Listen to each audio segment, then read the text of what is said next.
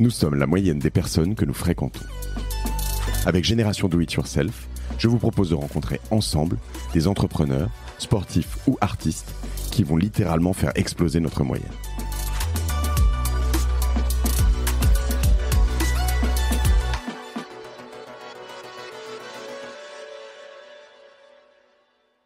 C'est comme un gamin dans un candy store, comme disent les Américains. Tu as quel âge ? 54. Non, pardon, à l'époque. C'était en 80... 30 ans. Il y a 30 ans. Ouais. Tu avais 25 ans, quoi. Non, ouais. 30 ans. Ouais. Je me suis senti à l'apogée de ce que je pouvais expérimenter. C'est comme si... c'est les Jeux Olympiques, si j'étais un athlète. J'étais avec ceux que je pensais être les meilleurs du monde. Les gens bien plus intelligents que moi et qui étaient capables de me défier intellectuellement d'une manière très constructive. C'était vrai ? Je veux dire, ouais. C'était impressionnant. C'était impressionnant. J'ai jamais pu travailler dans un environnement aussi ouvert avec des gens aussi intelligents de ma vie. C'était incroyable. Les gens étaient tellement intelligents que j'en étais jaloux. Je me disais, c'est pas possible qu'ils puissent être aussi intelligents que ça. Comment ils savent plus que moi ? Moi, quand je me mets dans une situation... C'est stimulant, mais pardon. Exactement ce que j'allais dire. Mais tu as décrit. C'est tellement stimulant que alors je bossais 2 fois, 3 fois plus. À tel point que j'ai mon deuxième enfant, honnêtement, je ne me rappelais pas de son enfance. Parce que j'étais totalement absorbé par Microsoft. D'accord. Ah oui, donc tu as loupé un peu la... Ah, j'ai loupé complètement. Ouais. Ok. Complètement. Vous en parlez ? Oui. C'est un sujet, je ne cherche pas à cacher. Donc, c'était comme ça. Donc, tu le regrettes ? Non, je ne le regrette pas. Peut-être que... non, parce que si je commence à regretter dans ce condition, il faut voir 54 ans de ce qui s'est passé et recommencer à dire ça, je regrette, ça, je regrette pas. Non, c'était comme ça, je me suis éclaté, je suis devenu plus intelligent et j'ai élargi mes connaissances grâce à cette dévotion. En fait, j'ai bossé 100 heures par semaine. Et en fait, je bossais tout le temps. 100 heures, c'est du lundi au dimanche. Hein. Il n'y avait aucun arrêt. Et donc, à l'époque, en plus, c'est 100 heures au bureau, du coup. Non, parce qu'on bossait déjà les week-ends de la maison. Ok, donc, sur des portables. On était déjà connectés à Internet à l'époque, tout ça. 100 heures sur 7 jours, ça fait quand même beaucoup d'heures par jour. Même sur 7 jours. On n'arrête pas. 10 heures par jour sur 7 jours, ça fait que 70. Donc, en effet, ouais. Et d'ailleurs, souvent, les gens dormaient chez Microsoft. On avait des petits déjeuners, on faisait tout. Ce qu'on appelait ça le marche de la mort. Donc, Death March. Parce que chaque fois qu'un release de Windows allait avoir lieu, les 6 derniers mois, en fait, Microsoft se transformait dans un hôtel, restaurant, où la plupart des équipes dormaient et vivaient dans le campus parce que il fallait sortir le logiciel à la date donnée et c'était un boulot énorme. Et c'est des bons souvenirs ? Très, très bons souvenirs. J'ai aucun souvenir amer de ce côté-là. Je me suis vraiment éclaté. C'était aussi dur qu'on puisse imaginer. Très, très challenging. Mais alors, j'ai grandi. J'ai appris mon métier d'ingénieur, mon métier de manager, mon métier de dirigeant pendant ces années. À quel point il est nécessaire de passer par ces charges immenses de travail et c'est un peu comme un entraînement pour un sportif. Tu vois, tu dis j'ai augmenté mon intelligence, pour être meilleur. Est-ce que tu peux trouver des shortcuts ? Est-ce que moi je peux tirer de cette période que tu as vécue un certain nombre d'enseignements qui vont me faire comprendre certaines choses ? Oui, je suis sûr. En fait, je suis persuadé qu'on peut avoir des shortcuts. Pour ça, il faut encore avoir le courage de reconnaître ce qu'on ne sait pas et être capable de vouloir apprendre. Mais dans la mesure où c'est une possibilité, je pense que c'est entouré j'ai envie de dire des professeurs, mais imaginons, je sais pas moi, Djokovic, donc, le joueur de tennis, il ne gagne pas les matchs tout seul. On pense que c'est lui qui gagne le match. Évidemment, c'est lui qui joue les points. Mais pour en arriver là, il a peut-être une équipe de 10 ou 20 personnes derrière. Et sur tous ces aspects, c'est ça, que ce soit sur ses coups de coup droit ou de revers ou ses services, il y a 3-4 coachs qui le regardent constamment et qui lui donnent le feedback.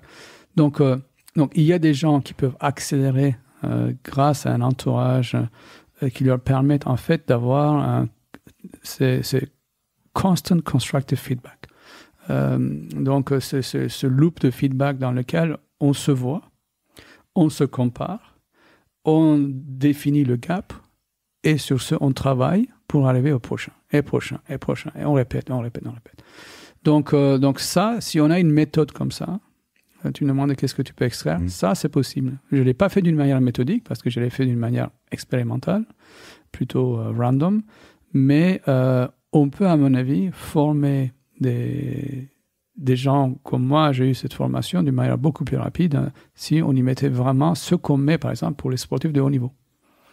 Tu connais Ray Dalio? J'en parle ici de temps en temps. Non, c'est Bridgewater, Blackwater, Bridgewater, je crois, je me trompe. BlackRock, pardon. BlackRock, ouais. C'est un de mes investisseurs et mes gros clients. Un des founders de BlackRock et vraiment dans cette approche thoughtful disagreement, radical transparency. Donc l'idée, c'est vraiment d'être capable de se dire en fait les feedbacks et le désaccord, c'est très bien tant que c'est constructif, très constructif, quoi. Et j'adore cette approche. En effet, vous aviez un peu des dynamiques comme ça chez Microsoft à cette époque, tout le temps. Tout le temps. Mais par contre, c'était violent. C'est-à-dire que pas violence physique, mais violence, on va dire intellectuelle, parce que ce qui faisait justement la force de cette époque, c'est que, et là il y avait un peu de culture américaine, c'est qu'il n'y ait pas de retenue. Donc cette espèce de non-retenue, je ne suis pas d'accord avec toi, ce que tu dis, c'est pas bon. C'était sur la table, sur votre visage, sans hésiter. Ce qui pourrait aujourd'hui être un peu considéré comme des formes de harcèlement ou de trucs un peu trop violents, c'est ça? Ouais, ça serait, aujourd'hui, ça serait pas ce qu'on appelle PC, politically correct. Donc il n'y avait pas de respect de ce côté-là. Donc c'est-à-dire que si tu me dis par exemple, j'aime bien prendre mon café comme ça, aujourd'hui je dirais, est-ce que tu es sûr que tu aimes bien ton café comme ça? Parce que si tu le faisais comme ça et comme ça, peut-être que tu auras un meilleur café.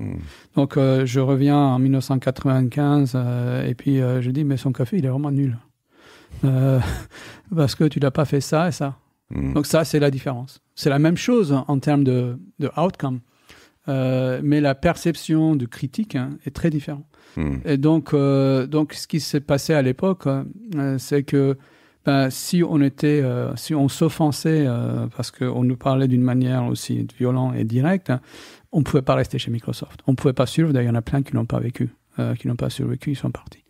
Et mais pour ceux qui étaient capables de prendre, on va dire, ces coups verbaux, et être du Tefal. Donc là, par contre, c'était très très bien parce que là, on passait et on grandissait.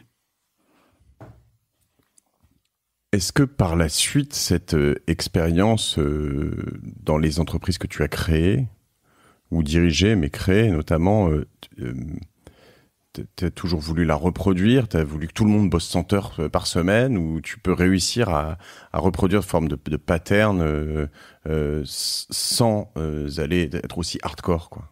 Alors, plusieurs leçons de ma vie chez Microsoft. D'abord, les heures que tu mets d'une manière intelligente comptent beaucoup. C'est-à-dire que si une société bosse 40 heures, une autre qui bosse 80 heures, ils vont aller plus. Ils vont faire plus. C'est juste la physique. Donc, c'est comme ça. Et un individu aussi, du coup. Un individu aussi. Donc c'est-à-dire que moi, toutes les boîtes que j'ai créées, que ce soit des boîtes intrapreneurs et extrapreneurs, j'ai bossé plus que n'importe qui d'autre.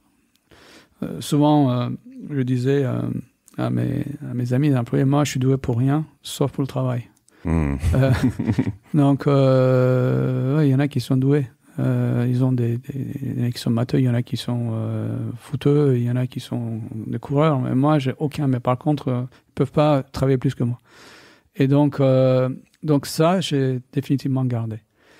Et si vous travaillez beaucoup, votre équipe, ils voient que vous travaillez beaucoup. Et donc, ils n'ont pas envie de de faire moins que vous. Donc, du coup, ça crée en fait une attitude de travail. Évidemment, c'est pas sustainable. C'est-à-dire que on peut pas faire ça pour 10 ans. Parce qu'ensuite, les gens, évidemment, s'épuisent. Commencer par moi-même. Deuxième principe, c'est autant que j'ai bien pris toute cette violence verbale chez Microsoft, hein, mais je trouve que c'était vraiment pas nécessaire. Donc, jamais de la vie, j'ai répété ce genre d'attitude et toléré ce genre d'attitude dans les sociétés pour lesquelles j'ai travaillé et j'ai créé. Je trouve que ça manquait de respect. Oui. Et je pense, pour connaître pas mal de monde chez Microsoft, et que ça a bien changé aussi. Je veux dire, je suis sûr que ça change. D'ailleurs, dans toute façon, tu peux plus. C'est plus politically correct. Dans toutes les GAFA, t'es obligé de. Mais j'ai l'impression que ça fait partie des entreprises dans lesquelles il y a beaucoup plus de respect maintenant, je dirais que. Tant mieux. Ça, mais il est probable que il s'agit par moment de mots nécessaires, peut-être. Ce que je veux dire, c'est que quand t'es dans une croissance fulgurante, t'es obligé en fait, à un moment, de dire à des gens, faut faire noir, faut faire blanc, voilà. Tu mets pas forcément plein de pincettes et plein de petites. Ouais. Et ça, je l'évite souvent. Hein. Donc ça, tu as raison. C'est des mots nécessaires, mais il faut pas que ça devienne personnel et insultant. Non, ok. Donc, je veux dire, moi, je tolère 100% et j'encourage 100% les débats des idées, mais pas le débat des personnes. Ok. Donc, c'est très difficile, c'est très différent de dire t'es nul que de dire ton idée est nulle. Donc, si ton idée est nulle, montre-moi pourquoi c'est nul. D'accord? Donc, on va parler de ça. Et puis, à partir de là, on peut construire pour que ça soit mieux. Et par contre, si t'es nul, alors là, ça, c'est un jugement d'individu. Alors là, c'est tabou. Et ton idée est nulle et je pense qu'on pourrait faire mieux. Voilà. Non, mais c'est pas que je pense. Voici pourquoi. Parce que je veux dire. Ouais, t'as raison. Là, c'est un débat. Tu as raison. Tout à fait. Parce que de faire un jugement gratuit en disant ton idée est nulle sans ajouter la contribution, c'est ça le feedback constructif. C'est pas acceptable. Donc, moi, la culture que je créais, c'est que personne pouvait critiquer une idée ou une personne, comme j'ai expliqué, sans être constructif. Parce que si c'est pour le détruire, c'est facile. Hein.